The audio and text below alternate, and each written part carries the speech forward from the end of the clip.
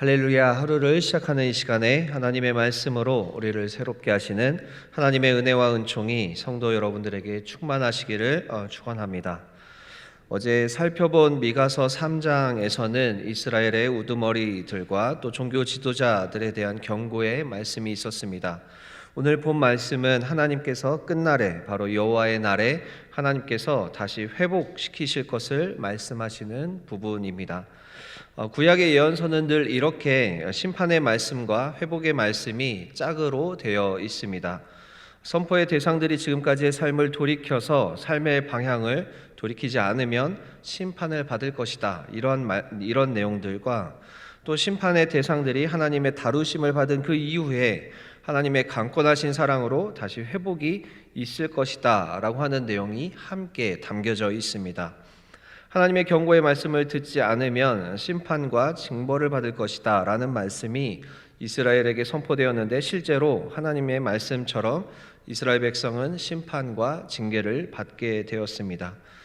그래서 북이스라엘이나 남유다나 자신들의 삶의 방향을 전환하지 않아서 모두 망하게 됩니다. 심지어는 남유다 예루살렘에 있었던 예루살렘 성전까지도 파괴가 되는 일이 있었습니다. 심판과 징계의 말씀이 실현된 것입니다. 북이스라엘 사람들은 아수르에게 멸망해서 이리저리 흩어지거나 그 자리에 남아있게 되더라도 이방 민족들과 결혼을 해야 했습니다. 결국 북이스라엘은 망하게 된 이후에 혼혈민족이 되어서 살아갑니다. 이 사람들이 예수님 시대까지 남아있어서 사마리아 사람들이 되어서 다른 유대인들에게 무시를 받으며 살아가는 그 운명을 가지게 됩니다.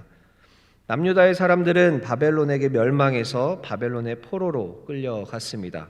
바벨론에서 70년의 시간을 보냅니다. 그동안 우상을 숭배하는 바벨론 사람들 틈바구니에서 무시당하면서도 살아가느라 많은 고생을 합니다. 시편 137편은 바벨론으로 끌려간 유대인들의 비애가 묻어나는 시입니다. 제가 1절부터 3절까지 읽어드리겠습니다. 우리가 바벨론의 여러 강변 거기에 앉아서 시온을 기억하며 울었도다. 그 중에 버드나무에 우리가 우리의 수금을 걸었나니 이는 우리를 사로잡은 자가 거기에서 우리에게 노래를 청하며 우리를 황폐하게 한 자가 기쁨을 청하고 자기들을 위하여 시온의 노래 중 하나를 노래하라 함이로다. 바벨론으로 끌려간 이 유대 사람들에게 하나님을 찬양하기 위해서 만든 노래를 바벨론 사람들이 자신들의 여흥을 위해서 노래를 부르라고 시킵니다. 남유다 사람들은 굴욕적인 나날을 보내게 됩니다. 하나님이 정말 살아계신가? 하나님은 자신들을 버린 것이 아닌가? 바벨론의 우상신이 여호와 하나님보다 강력한 신이 아닌가? 차라리 바벨론의 문화 속에서 적응하고 살면 좋겠다라고 하는 이런 내적 고민들도 견디느라 쉽지 않은 시간을 견뎌야 했습니다. 하나님께서 예언자들을 통해서 하신 경고의 말씀들이 이루어져서 남북 이스라엘이 하나님의 심판을 실제로 받았습니다. 그런데 하나님께서 이스라엘 백성들에게 회복의 말씀을 주시고 약속을 하셨던 것 또한 성취가 되었습니다. 하나님께서 주신 소망의 말씀은 유대인들이 다시 예루살렘으로 돌아올 수 있게 될 것이다 라고 하는 말씀이었습니다. 포로로 끌려가는 유대인들에게, 그리고 그곳에서 터를 잡고 살아가는 자들이 듣기에 전혀 가능성이 없는 말씀이었습니다. 하나님께서 약하고 작은 소수민족인 유대인들을 바벨론 한가운데에서 하나님에 대한 신앙을 지켜갈 수 있는 공동체가 될 수 있도록 지켜주셨습니다. 그리고 정말 하나님의 약속대로 가나안 땅으로 이 사람들이 돌아오게 됩니다. 예루살렘 시온산으로 다시 돌아와서 그곳에서 다시 성전을 짓고 성벽을 지었습니다. 물론 그 과정도 쉽지 않았지만 하나님께서 그 일을 이루셨습니다. 학사 에스라와 같은 일을 보내셔서 이스라엘의 종교 개혁을 일으킵니다. 전 세계 어디에서도 이런 류의 일은 찾아볼 수가 없습니다.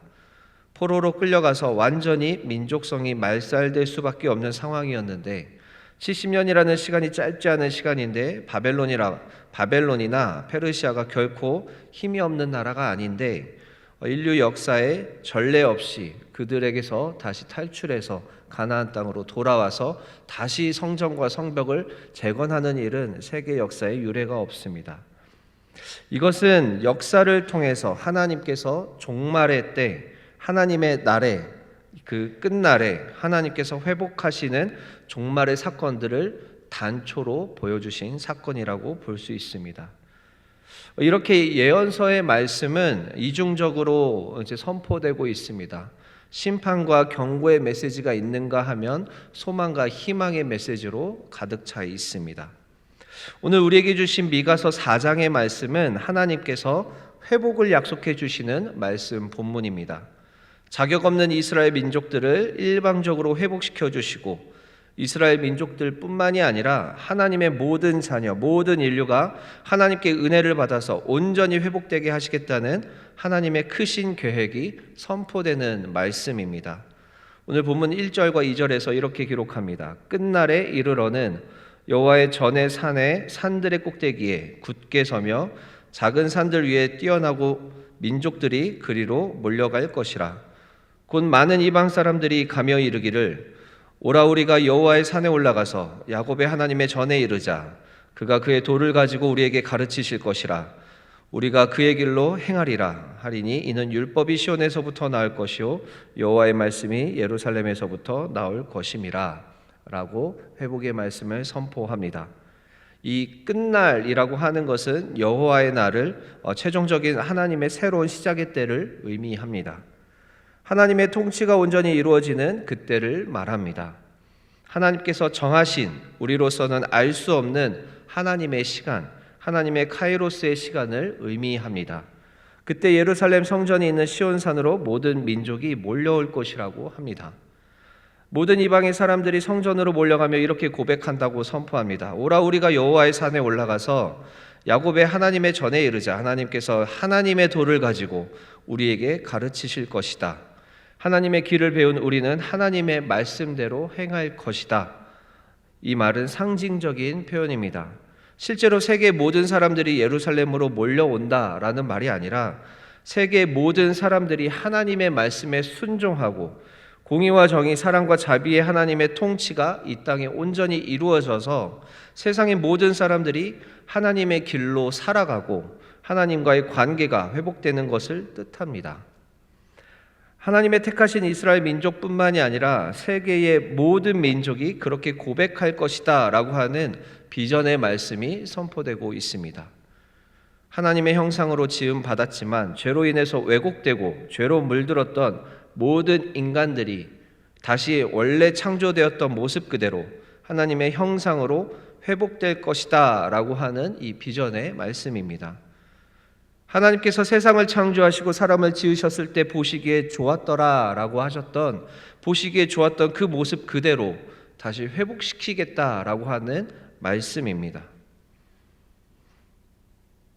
지금 이 선포를 듣고 있는 사람들이 처한 상황이 어떤 상황인가?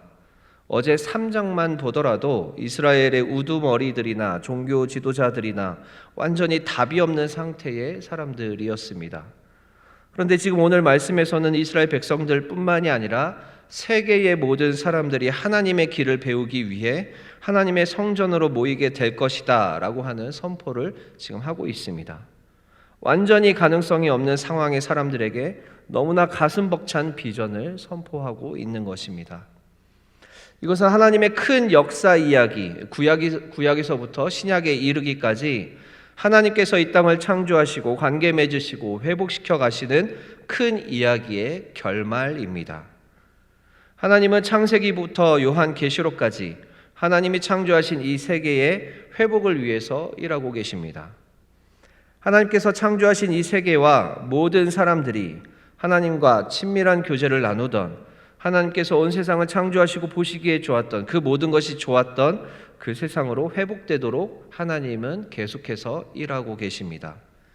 그래서 아담 이후로 노아, 아브라함, 이삭, 야곱, 요셉, 모세, 다윗, 히스기야, 이사야, 예레미야, 에스겔 같은, 그리고 그 뒤에 있었던 수많은 선지자들을 보내셔서 하나님의 뜻이 하늘에서 같이 땅에서도 이루어지게 하는 일들을 사람들에게 맡겨주셨습니다.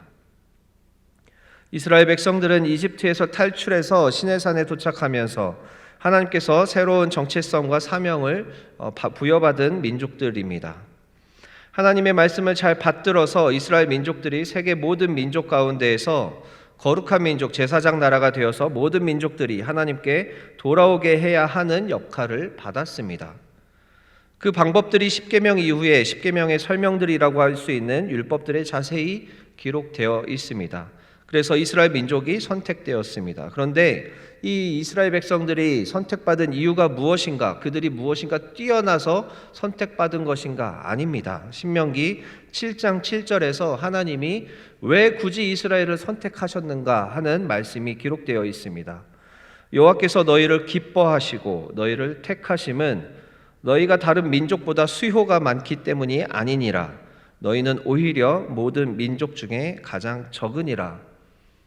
하나님께서 이스라엘을 선택하신 이유가 무엇인가? 이들이 뛰어나고 하나님 앞에서 너무 다르게 선택된 민족이 될 만큼 무엇인가 잘하기 때문이 아니라 숫자가 작고 연약하기 때문에 선택해 주셨다라고 말씀하고 있습니다.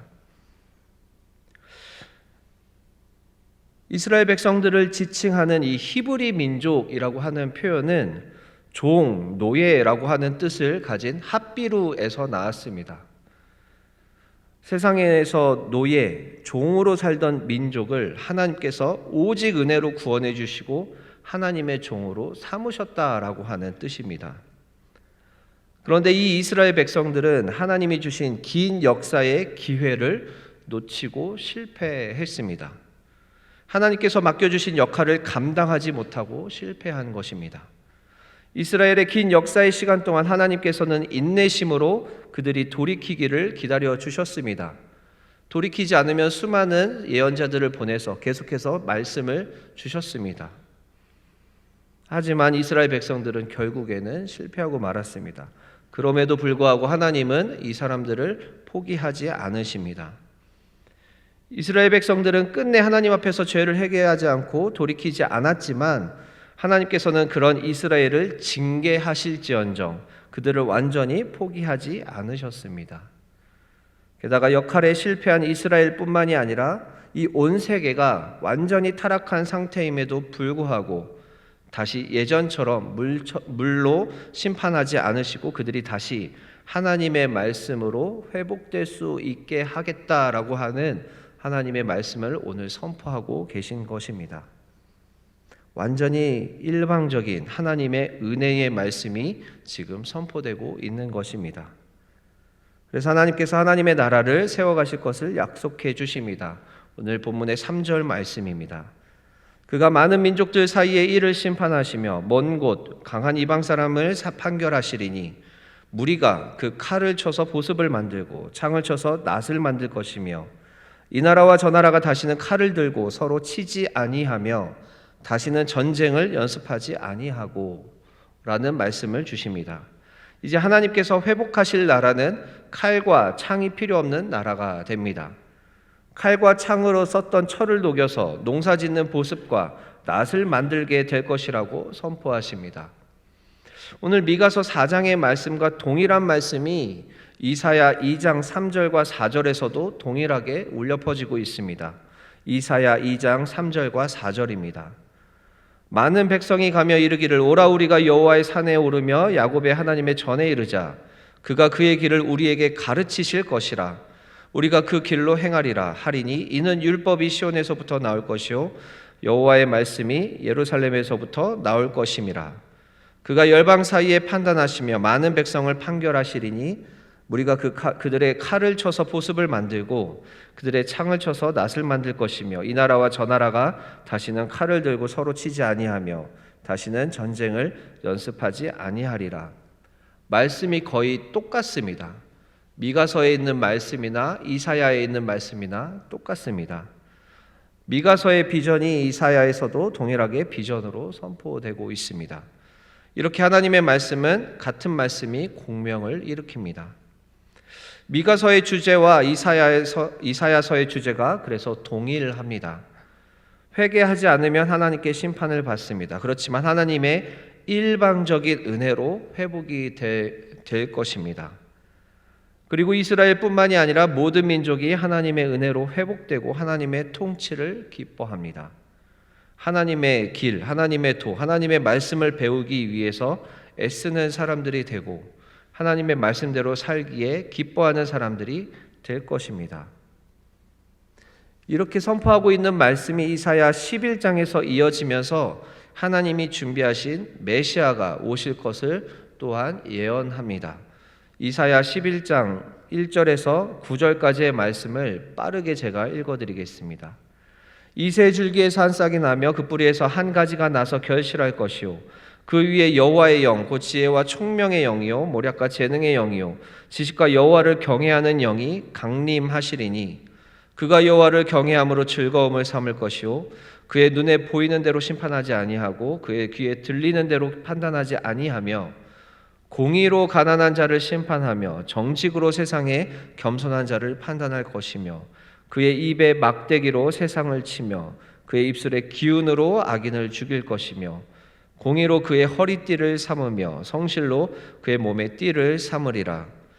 그때에 이리가 어린 양과 함께 살며 표범이 어린 염소와 함께 누우며 송아지와 어린 사자와 살찐 짐승이 함께 있어 어린 아이에게 끌리며 암소와 곰이 함께 먹으며 그들의 새끼가 함께 엎드리며 사자가 소처럼 풀을 먹을 것이며 젖먹는 아이가 독사의 구멍에서 장난하며 젖된 어린아이가 독사의 굴에 손을 넣을 것이라. 내 거룩한 산 모든 곳에서 해됨도 없고 상함도 없을 것이니 이는 물이 바다를 덮음같이 여호와를 아는 지식이 세상에 충만할 것임이라.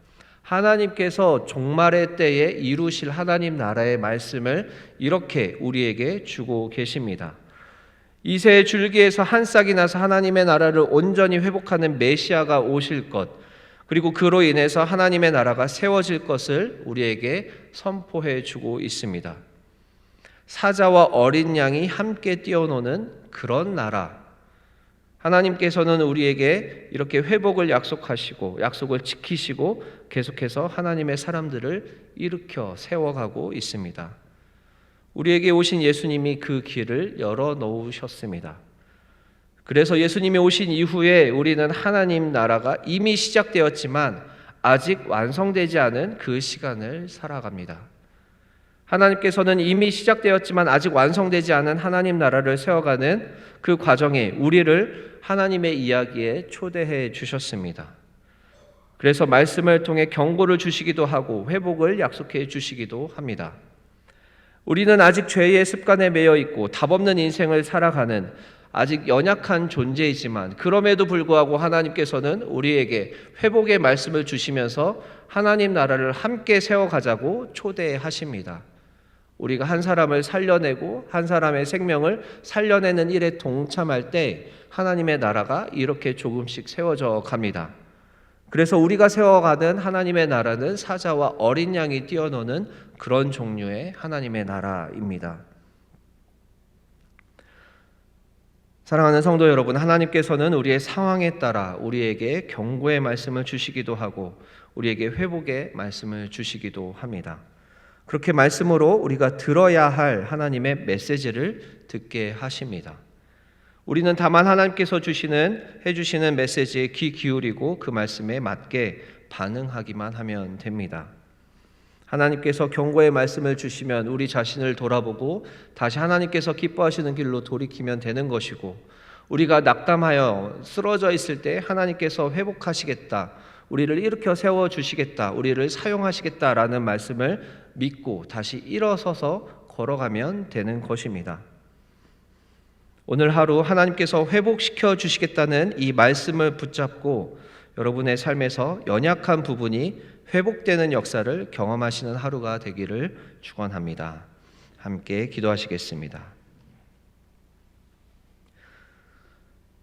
사랑이신 하나님, 참으로 감사합니다. 하나님 말씀으로 우리를 깨닫게 하시니 감사합니다. 오늘 미가서의 말씀을 통하여 하나님께서 우리를 회복하실 것을 약속하시는 이 말씀을 보게 하시니 감사합니다. 하나님께서는 우리가 어떠하든지 하나님의 백성으로 인도하실 그 계획을 가지고 계십니다. 우리 모든 보배로운 성도들이 하나님의 회복의 말씀을 붙잡고 온전한 때까지 나아갈 수 있도록 인도하여 주시옵소서. 연약하고 죄 많고 자격이 없는 우리를 택해 주셔서 늪과 같은 죄로부터 구원해 주시니 감사합니다.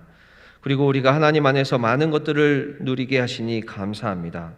우리에게 주신 하나님의 구원의 복음, 십자가의 복음, 하나님 나라의 복음을 주셔서 이 하나님 나라를 함께 세워갈 수 있는 역할과 사명을 주시니 감사합니다.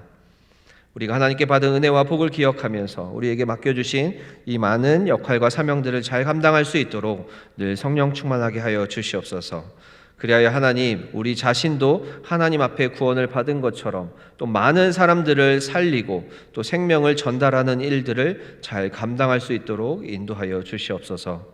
우리 주님의 권속들 가운데에 여러 가지 문제를 안고 있는 성도들이 있습니다. 간절히 하나님께 나아갑니다. 건강의 문제로 하나님께 나아가고 있는 그 기도의 제목들을 하나님께서 들어주시옵소서. 마음이 흔들리지 않도록 붙잡아 주시고 함께 간호하고 있는 가족들의 마음도 하나님께서 붙잡아 주시옵소서. 하나님께서 온전하게 회복하시는 것들을 경험케 하시고 하나님의 말씀을 붙들고 이 긴 싸움을 잘 이겨나갈 수 있도록 하나님이 인도하여 주시옵소서. 재정의 문제로 애쓰고 있는 주님의 자녀들이 있습니다. 쉽지 않은 상황에 있어도 하나님께서 모든 것을 입히시고 채우신다는 것을 믿고 나아갈 수 있도록 하나님이 인도하여 주시옵소서. 하나님, 관계의 문제로 기도하고 있는 주님의 자녀들이 있습니다. 실타래처럼 얽혀있는 이 모든 관계들을 하나님께서 개입해 주셔서 하나님의 방식으로 해결하여 주시옵소서. 하나님, 각 가정들마다 하나님께서 주인 되어 주시고 각 가정의 자녀들이 하나님을 경외하는 자녀들이 되게 하여 주시고 믿음의 수단이 잘 흘러가서 모든 자녀들이 하나님의 나라, 하나님의 빛과 소금으로 잘 살아들일 수 있도록 하나님이 인도하여 주시옵소서. 모두에게 역사해 주셔서 하나님의 살아계심을 경험할 수 있도록 인도하여 주시옵소서. 그리고 무엇보다 하나님께 돌아와야 하는 많은 영혼들이 있습니다. 하나님께서 속히 그들이 돌아올 수 있도록 인도하여 주시옵소서. 하만나 기도회가 계속되고 있습니다. 참여하는 모든 성도들이 영육 간에 강건할 수 있도록 붙잡아 주시고 기도하고 있는 모든 기도의 제목에 응답하여 주시옵소서. 말씀 선포하시는 담임 목사님이 늘 성령 충만하여 하나님의 말씀을 선포하는 데에 거침이 없게 하여 주시옵소서. 오늘 하루의 삶을 하나님께 맡겨드립니다. 사랑이신 예수 그리스도의 이름으로 기도드립니다. 아멘.